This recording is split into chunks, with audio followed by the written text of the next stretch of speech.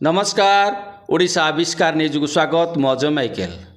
जदि आपण मानकर मन दुख रोची सदासर्वदा रिष्ट खराब होची आपण माने सीधा मंदिर गोटे दीप लगातु एवं जलाभिषेक करंतु एवं घृताभिषेक दही दुग्ध घृताभिषेक करंतु होम यज्ञ करंतु।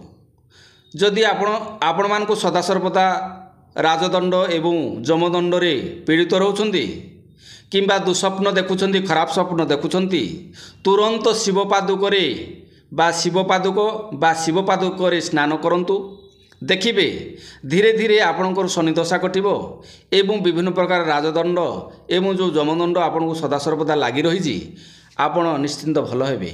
आपणक जीवनटी बा आपणक चलापथटी बहुत मंगलमय हेबो। आपण सदासर्वदा सुखी हेबे।